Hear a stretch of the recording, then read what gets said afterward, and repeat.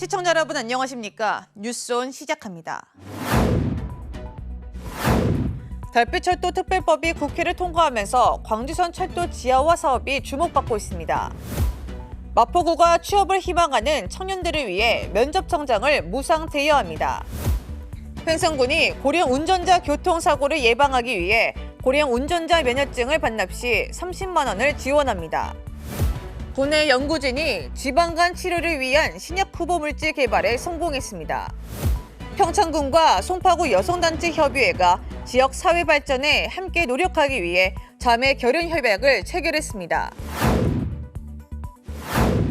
달빛철도 특별법이 국회를 통과하면서 광주 송정역에서 광주역까지 광주선 철도 지하화 사업이 주목받고 있습니다. 철로 주변의 공동화 현상을 해소할 수 있기 때문인데요. 광주시는 정부의 계획과 달빛철도 사업 기본 계획에 광주선 지하화를 반영시킨다는 구상입니다. 광주 도심을 남북으로 단절시킨 광주역. 광주역에서 광주 송정역까지 광주선 철로 14km 구간 주변 지역은 날이 갈수록 쇠락해가고 있습니다. 이 문제를 해결하기 위해 철도 시설을 지하로 묻고 지상은 개발하는 방안이 검토돼 왔습니다. 이른바 광주선 지하화 사업인데 1월 국회에서 철도 지하화 특별법이 제정되면서 탄력을 받게 됐습니다. 정부도 지자체가 건의하는 철도 지하화와 상부 개발 사업을 본격 추진하겠다고 발표했습니다. 이 과정에서 수도권과 지방을 한데 묶어서 통합 개정으로 이렇게 추진을 하게 되면 지방에도 사업 추진이 가능해집니다. 광주시는 이미 광주선 지하화와 상부 개발을 위한 연구 용역비 20억 원을 확보해 사업 추진에 속도를 내고 있습니다. 용역 결과를 바탕으로 내년 상반기에 수립될 국토부의 종합계획에 반영시킨다는 구상입니다. 특히 국회를 통과한 달빛철도 사업의 기본 계획에도 광주선 지하화를 포함시키기 위해 국토부와 협의해 나간다는 보관입니다. 달빛철도 특별법으로 계속 추진을 하되 지하화 특별법이 제정됨에 따라서요. 20억 가지고 용역한 결과를 내년도 국토부 종합계획에 반영을 할 계획입니다. 철도 지하화는 재정 투입 없이 노선 부지 개발 이익을 활용한 민자 유치로 추진되고 광주선은 개발 면적도 상대적으로 좁아 수도권보다 불리할 것으로 예상됩니다. 결국 광주시가 광주선 상부 개발의 사업성을 확보하느냐가 이 사업의 성패를 가를 것으로 보입니다. 수도권 소식입니다. 취업을 하기 위해 꼭 통과해야 하는 관문 면접. 늘 떨리고 긴장되는데요. 취업을 희망하는 청년들을 위해 마포구가 면접 정장을 무상 대여합니다. 마포구에 사는 청년 중 면접을 앞두고 있다면 누구든지 신청 가능한데요. 자세한 소식 전해드립니다. 마포구가 면접을 앞둔 청년들을 위해 면접 정장을 무료로 대여합니다.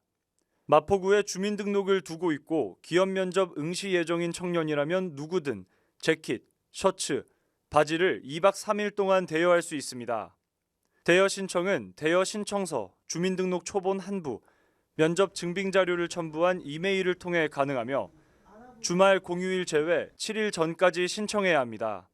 면접 정장 대여 사업은 1인당 연 3회 신청 가능하며 신청 가능 인원이 초과될 경우 신규 신청자를 우선 선정합니다. 기타 자세한 사항은 마포구 일자리 청년과에 유선으로 문의할 수 있습니다. 상암동은 넓은 면적에도 불구하고 도서관 시설이 상대적으로 부족해 주민들이 도서관 이용에 불편을 겪고 있었죠. 이번에 마포 청소년 문화의 집 인근에 마포 상암 스마트 도서관이 개관해 누구나 24시간 책과 문화를 즐길 수 있게 됐는데요. 지난 25일 마포 상암 스마트 도서관이 시범 운영을 마치고 개관식을 열어 정식 운영을 시작했습니다. 지난해 12월 28일부터 올해 1월 24일까지 시범 운영을 거친 마포 상암 스마트 도서관이 지난 25일 정식으로 개관했습니다. 스마트 도서관은 구민이 도서관에 방문하지 않고도 기기 내에 비치된 도서를 즉시 대출하고 반납할 수 있는 무인 자동화 시스템으로 24시간 비대면으로 운영됩니다. 베스트셀러와 스테디셀러를 중심으로 약 510여 권의 도서가 비치되며 마포구는 추후 신간 도서 등을 주기적으로 교체할 계획입니다. 마포 구립도서관 회원증을 소지한 정회원이라면 누구나 이용 가능하며 회원이 아니더라도 서울시민이라면 현장에서 서울시민카드 앱을 통해 비대면으로 회원증을 발급할 수 있습니다. 광역시 소식입니다. 대구시가 통합주차정보시스템 구축사업 착수보고회를 열고 본격 추진에 나섰습니다. 대구시가 효율적 주차장 운영관리와 대시민 서비스 개선을 위한 통합주차정보시스템 구축사업 착수보고회를 열고 본격 추진에 나섰습니다. 이에 따라 실시간 주차정보, 요금 정산 사전 결제, 위치 기반 검색 등 사용자 중심으로 서비스를 강화하고 실시간 주차 현황 등 수집한 데이터를 공공 데이터 포털 등에서 활용토록 공개합니다. 또 24시간 무인 원격 제어를 위한 주차 관제 장비 통합 체계를 마련하고 정확한 주차 정보 제공을 위한 주차 정보 시스템 관리 기반을 강화합니다. 시는 올해 11월 11일까지 사업을 완료하고 안정화 기간을 거쳐 12월 서비스 개시를 목표로 추진할 계획입니다. 대구시가 미래 50년 도약을 위한 전략적 투자 유치 활동 강화를 위해 투자 유치 자문관 전략회의를 열었습니다. 미래 50년 도약을 위한 전략적 투자 유치 활동 강화를 위해 지난 31일 투자 유치 자문관 전략회의가 열렸습니다. 이날 회의는 2024년 대구시 투자 유치 방향에 대한 설명을 시작으로 로봇 산업 전망과 기업 유치 방안 발제에 이어 국내외 유망 기업 투자 유치 방안에 대한 토론 순으로 진행됐습니다. 대구시는 5대 미래 신산업에 대한 집중 투자와 인력 수급이 원활하다는 점, 교통 물류의 최적지임 등 우수한 정주 여건 등을 설명했습니다. 시는 신공항 경제권을 견인할 전략적 투자 유치 활성화를 위해 민관의 공조가 중요하다며 앞으로 활발한 소통과 협업을 바탕으로 투자하기 좋은 대구를 만들어 나갈 방침입니다.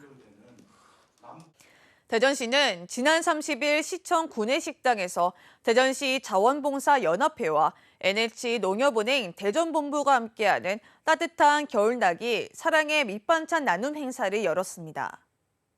이날 행사에서 NH농협은행 대전본부는 겨울철 한파로 어려움을 겪는 분들을 지원하기 위해 대전시 자원봉사연합회에 5천만 원을 기탁했습니다. 또한 NH농협은행 대전본부 임직원 및 자원봉사자 50여 명은 밑반찬 키트를 만들어 쪽방촌과 보훈 유공 대상자, 독거노인 등 관내 취약계층 500세대에 전달했습니다. 행사를 주관한 대전시 자원봉사연합회 회장은 경제위기로 겨울철 한파가 더 매섭게 다가오는 요즘 지역의 어려운 이웃들이 사랑이 담긴 밑반찬을 받으시고 조금이나마 도움이 되길 바란다라며 지속적인 나눔 문화 확산을 통한 지역사회 발전을 위해 최선을 다하겠다라고 말했습니다. 강원도 소식입니다. 평창군 여성단체협의회는 지난 23일 자매도시인 송파구 여성단체협의회와 자매결연 협약을 체결했습니다. 이번 협약을 통해 양 여성단체 협의회는 가족복지, 교육, 문화 등 다양한 분야에서 상호 협력을 강화하고 지역 특산물 정보 제공과 지자체 축제 참여 등 체험 활동을 공유하며 지역 사회 발전에 함께 노력할 예정입니다. 이날 자매결연 협약식에는 역대 여성단체 협의회장을 역임한 의원들과 평창군 번영회장 등 40여 명이 참석한 가운데 개최됐습니다. 평창군 여성단체협의회는 이번 자매결연을 통해 양 단체가 교류를 확대하고 협력하여 상호 우호 증진에 기여할 수 있도록 최선을 다하겠다고 밝혔습니다. 지난 25일 평창군이 평창 송어축제장에서 평창군민 무료 체험 행사를 진행했습니다. 이번 행사는 2024 강원동계 청소년 올림픽 대회 성공 개최 분위기 조성 및 2024-2025 문화관광축제 선정을 기념하고자 마련됐습니다. 평창 군민들은 축제장 내 매표소를 방문하여 주소지 확인이 가능한 신분증을 제시하고 축제장에 무료로 입장하여 얼음 낚시, 눈썰매, 스노우 래프팅, 아르고 탑승 등 다양한 체험 행사를 즐겼습니다. 횡성군이 고령 운전자 교통사고를 예방하기 위해 65세 이상 운전자가 운전면허증을 자진 반납하면 최고 30만 원을 지원합니다. 지급 대상은 횡성군에 주민등록이 돼 있는 만 65세 이상 운전면허 소지자 중 2024년 1월 1일 이후 운전면허를 자진 반납해 실효 처리된 자입니다. 횡성군은 고령 운전자 교통사고의 증가 추세에 따라 지난해 9월 관련 조례를 개정했으며 올해부터 운전면허 자진 반납 시 현재 운전 여부와 상관없이 지급해오던 10만 원을 20만 원으로 상향 조정합니다. 또한 실제 운전을 계속해온 사람에 대해서는 횡성사랑카드로 10만 원을 추가 지급해 최대 30만 원을 지원받을 수 있습니다. 신청 기간은 12월 31일까지며 주소지 읍면 행정복지센터에 방문해 운전면허증을 반납하여 신청하면 됩니다. 지난 26일 횡성군에서 횡성군 공설추모공원 내 매점을 운영하는 자활 근로사업단 느티나무의 개소식이 열렸습니다. 느티나무는 근로능력이 있는 저소득 주민의 일자리를 창출하고 경제적으로 자립할 수 있도록 돕기 위해 횡성군이 지원하고 횡성지역 자활센터에서 운영하는 자활근로사업단입니다. 느티나무 사업단은 방문객에게 편의 및 휴게 공간을 제공하기 위해 미활용 시설을 고쳐 음료와 과자류, 생화, 추모용품 등을 판매하게 됩니다. 횡성지역 자활센터는 저소득층의 자립 지원을 위해 13개 사업단을 운영하고 있으며 직무 및 역량 강화 교육 등을 통해 참여 주민들의 자활의식을 높이는 데 앞장서고 있습니다. 충청도 소식입니다. 충북대학교 병원이 보건복지부가 실시한 공공보건의료계획 시행평가에서 최우수 기관에 선정됐습니다. 보건복지부는 매년 공공보건의료기관을 대상으로 공공보건의료 서비스의 질적 수준을 평가하고 있습니다. 충북대병원은 중증 응급지역 기반 대응체계를 마련하고 공공보건의료 협력체계 구축 사업을 시행해 지역 주민에게 다양한 의료 서비스를 제공한 점 등이 높게 평가됐습니다. 충남 보령시가 성주사지를 비롯한 국가유산을 공동계승 보존하고 활용하기 위한 업무 협약식을 가졌습니다. 보령시는 국가유산에 대한 지역민의 관심과 보령 문화유산의 활용 방안, 연계성 등을 확보하고 문화유산을 통한 OK 보령을 만들어갈 예정입니다. 한편 이번 협약식은 보령 국가유산 지킴이 봉사단과 보령 불교사업연합회가 참석한 가운데 유적에 대한 종합계획 수립과 사업 추진을 위한 업무 협약 체결을 마쳤습니다. 경상도 소식입니다. 인재를 키우는 곳, 인재가 머무는 곳, 포항시가 교육 거버넌스를 구축하며 포항형 교육발전특구 추진 동력을 강화했습니다. 시는 지난 23일 교육발전특구 시범지역 지정을 위한 업무 협약을 체결했는데요. 포항형 교육발전특구를 통한 지역 교육 혁신의 신발끈을 조염했습니다. 포항시는 23일 교육발전특구 시범지역 지정 지역협력체 구성을 위해 경상북도 교육청, 포항시의회, 포스코 교육재단 등 13개 기관과 업무 협약을 맺고 특구 시범 사업의 성공적 추진에 긴밀히 협력하기로 했습니다. 또 경북도와 경북도교육청, 포항시를 비롯한 9개 지자체가 참여하는 업무 협약으로 교육발전특구 시범지역 지정 신청 예비 지자체 간 행정 재정적 지원을 강화합니다. 협약의 주요 내용은 특구 시범지역 운영기획서 마련, 교육발전전략 수립, 지역인재 양성 시스템 구축 등입니다. 시는 각 협약기관과 협력체계를 구축하고 포항만의 특색이 있는 교육발전특구 모델을 발굴하는 등 교육발전특구 시범지역 지정을 위해 총력을 기울인다는 방침입니다. 포항 흥해 공업고등학교가 변화하는 산업 흐름에 대응하는 신산업 맞춤형 인재 양성의 요람으로 거듭나는데요. 경상북도와 포항시 등은 흥해 공고 협약형 특성화 고등학교 지정을 위해 손을 맞잡았습니다. 22일 경상북도는 포항시와 경상북도 교육청 등 53개 기관과 포항 흥해공업고 협약형 특성화 고등학교 지정을 위한 산학관 협력 MOU를 체결했습니다. 협약형 특성화고는 특수 분야의 지역 기반 산업 인재를 육성하는 곳으로 지자체와 교육청, 지역 기업, 특성화고 간의 협약을 통해 맞춤형 교육을 실현하는 고등학교를 말합니다. 이번 협약을 통해 각 기관은 유기적인 협력 거버넌스를 구축하고 이를 통해 특성화고 학생들이 지역 신산업 발전에 기여하며 지역에 정주하는 로드맵을 제시함으로써 인구 감소 등으로 인한 지방 소멸 위기 극복의 전환점을 마련합니다. 광주 전남 소식입니다. 국내 연구진이 지방간 치료를 위한 신약 후보 물질 개발에 성공했습니다. 지방간은 방치할 경우 간암으로 악화될 수 있지만 마땅한 치료제가 없는데요. 신약 후보 물질이 개발되면서 간질환 정복에 대한 기대감이 커지고 있습니다.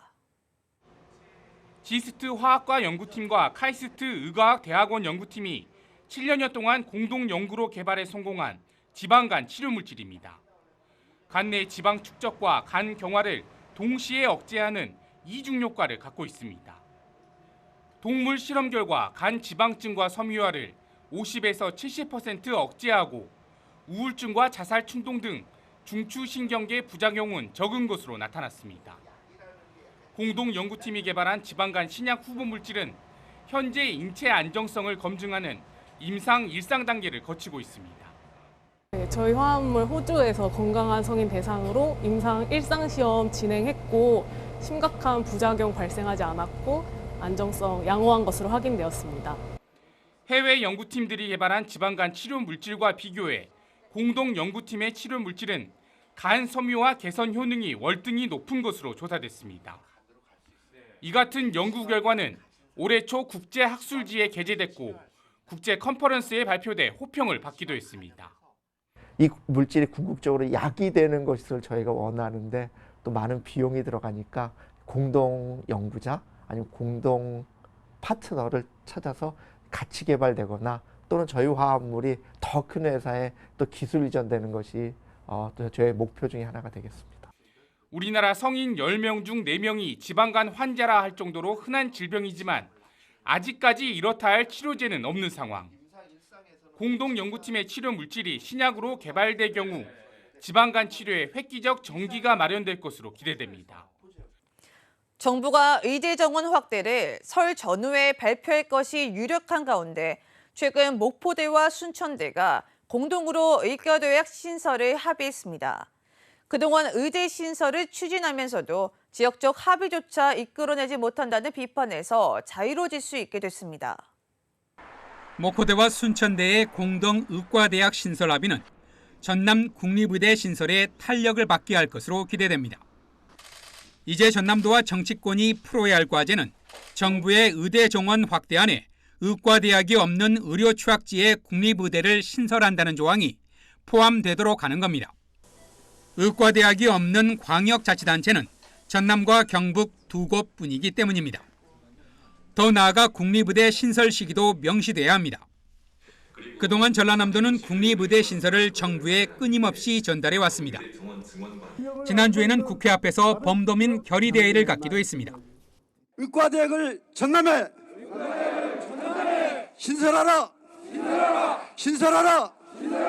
신설하라! 전남의 인구 1000명당 의사 수는 1.7명으로 전국 평균에 크게 부족하고 응급의료 취약지역은 22개 시군 가운데 무려 17곳에 달합니다. 전남은 이미 초고령 사회로 접어들어 의료 수요는 느는 데 반해 의료 인력 부족 사태는 갈수록 심각해지고 있습니다. 이제 의대 정원 확대 발표까지 남은 기간은 불과 2주. 전라남도와 지역 정치권의 역량이 시험대에 올랐습니다. 신안 홍도 해상에서 불법 조업을 하던 중국 선원들이 해양경찰에 붙잡혔습니다. 중국 선원들은 갈고리까지 던지며 강하게 저항했고 진압하는 과정에서 해경대원 한 명이 다치기도 했습니다. 해경 고속단정이 한밤중 거친 파도를 헤치고 불법 조업 중인 중국 어선에 빠르게 다가갑니다. 중국 선원들은 쇠파이프를 휘두르고 갈고리까지 던지며 격렬히 저항합니다. 고속단정으로 중국 어선을 들이받아 멈춰 세운 해경대원들이 어선에 진입해 선원들을 빠르게 제압합니다.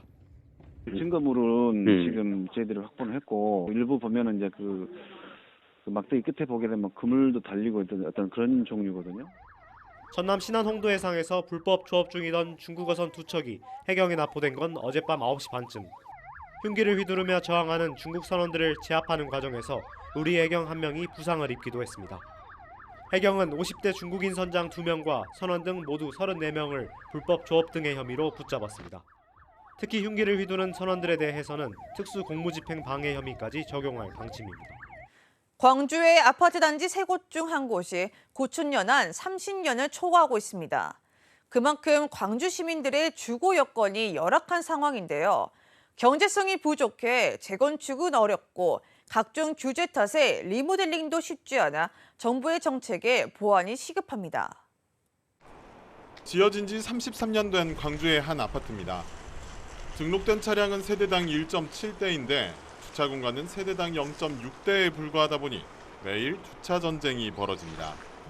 시설도 낡아서 녹물 민원이 이어지는 등 각종 문제도 잇따릅니다. 옥내 수화전이 작동 안 하는 경우도 발생되고 이렇게 비 오고 그러면은 천장에서 막 물이 막 떨어져요. 그러니까 세대 같은 경우는 먹물도 막 나오고 그런 경우에서 필터를 사용하는 세대가 좀 많습니다.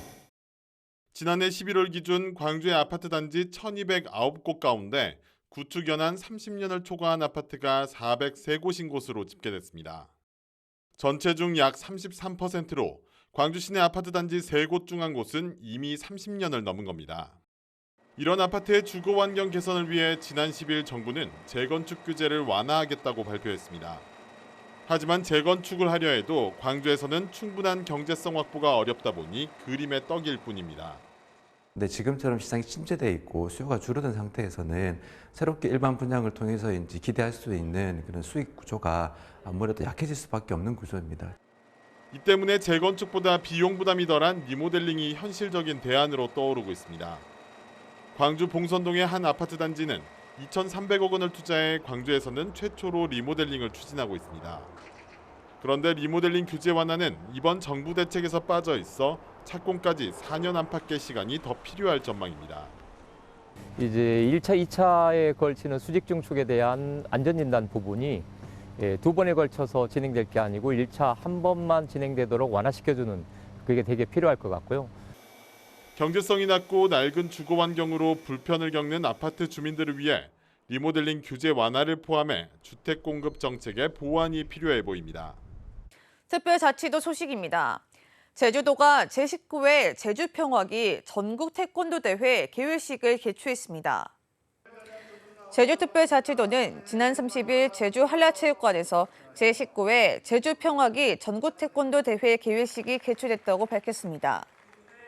올해 들어 처음 열리는 이번 전국대회는 기량 점검은 물론 올 한 해 성적을 가늠해 볼 수 있어 선수들의 치열한 승부가 펼쳐졌습니다. 대회는 겨루기와 품새로 나눠 진행됐습니다. 겨루기의 경우 한라체육관에서 고등부와 중등부로 나눠 체급별로 열렸고 품새 대회는 2월 2일부터 사흘간 복합체육관에서 시실했습니다. 특히 고등부 경기 마지막 날인 2월 1일 오후에는 한라체육관에서 프랑스 파리 올림픽의 출전권을 따내기 위한 국가대표 선발전도 함께 열렸습니다.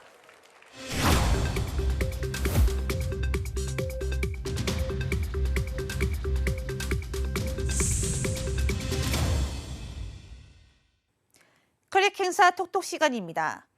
이번 주는 포천 백운계곡 동장군 축제를 준비해보았습니다.